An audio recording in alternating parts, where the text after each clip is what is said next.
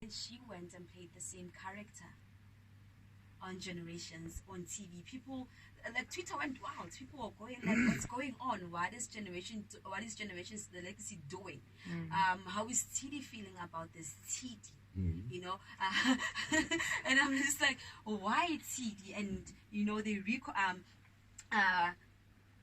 can I say? They corrected us and said, "How is Letoya feeling about all of this?" Because in reality, she's a sangoma, and they have somebody on TV, on our screens, playing the same character, and people just want to know, how did you feel about that? Well, is it anything to be upset about? I don't think I or anyone out there has any right to be upset about the stories that are told. If I took every story that gets told on Generations or on television personally, I would lose my mind. Just the other day, or not too long ago, I played a part in a story that goes against everything that I stand for as Isangoma. And that is the Mamlambo story. The Mamlambo story talks about Ubutwala. It talks about the lengths and how far people would go to have power. And that goes against what I practice as a Sangoma. It goes against what I stand for as a healer. But it's stories that are told because somewhere out there, someone has gone through that situation. Someone has lived it. It's stories that are told to keep the viewers entertained, because if we don't tell good stories or ripping stories, then we're going to lose viewership, and nobody wants that to happen. We want to always stay in our 8 o'clock spot because it's prime time television. I do not feel insulted that the writers decided on a story like that for Ugeti. It's a story that came to her, and it's a story that she had to play. And it's perfectly fine, and it's not the first time that a story like this has been told on Generations, on television.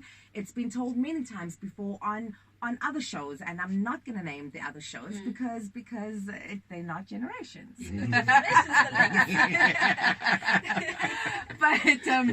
But it's stories that need to get told because it happens in our society. It's happening somewhere out there. And there's someone out there, there is someone out there who can relate to Getty's story.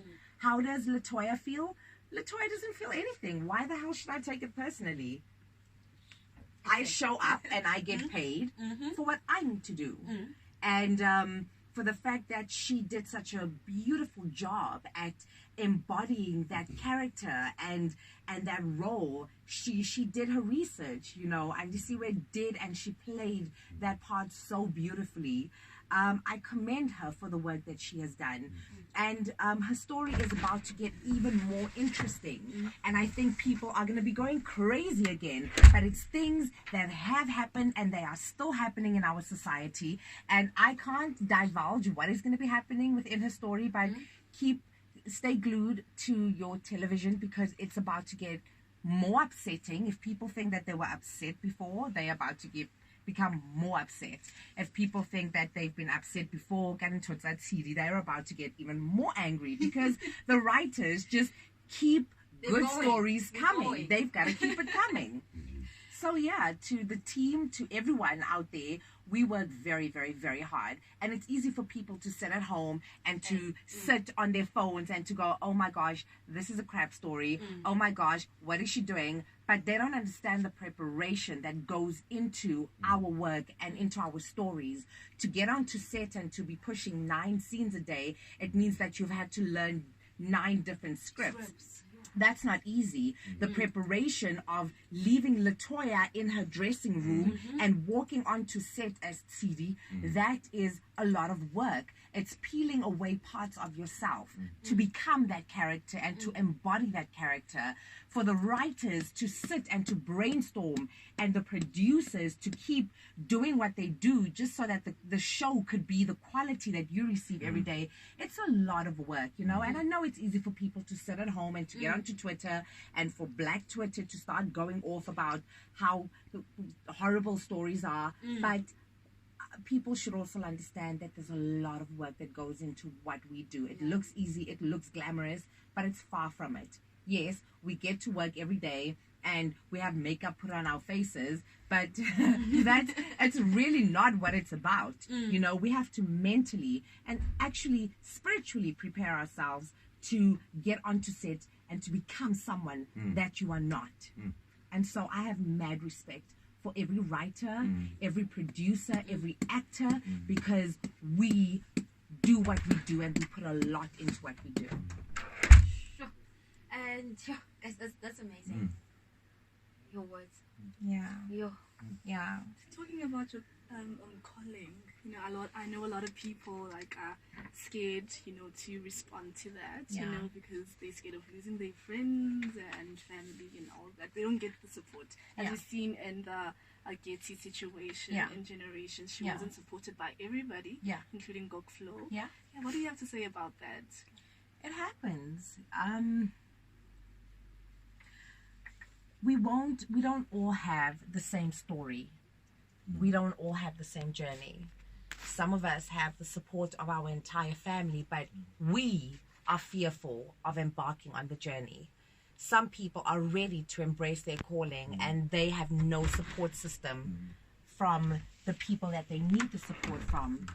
Every journey is different, but at the end of the day, this is a gift. It's such a beautiful and such an amazing gift that I would think that if someone didn't try harder to at least begin their journey, it's a shame, because you are being blessed with a gift that is beyond anything that anyone out there would be able to understand.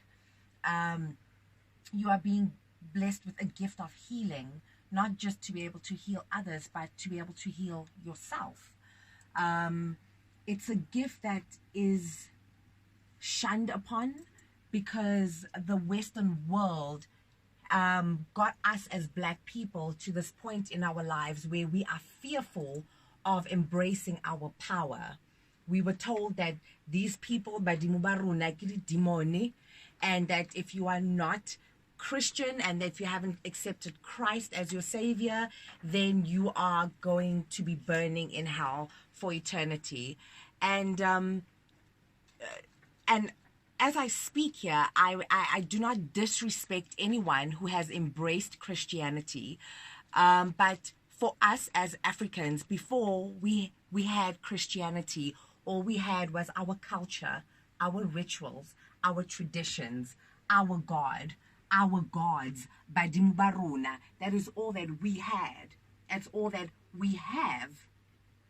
And so if you are blessed with a gift to be able to know yourself better, to be able to understand where you come from, to know to know your family line and your bloodline, because that is also what comes with Ubungoma, then I think it's a beautiful gift that should be accepted and embraced.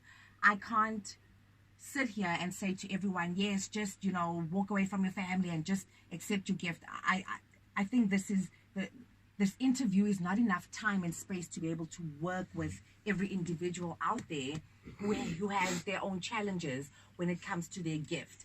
But I think the biggest thing that each and every one of us gifted children can do for ourselves is to take a moment and to block everything, the whole world out, to take a moment and to sit with your God and your God self. Because when you do that, when you take a moment and you meditate, that is where you will find answers to the questions that you are asking. Yes, you will lose friends along the way. Even without bungaga, you lose friends along the way. So are they really... Sorry about that. There's a jingle and ad that goes on. Oh. Yeah. Sorry about it. Yeah, and it's gonna go on.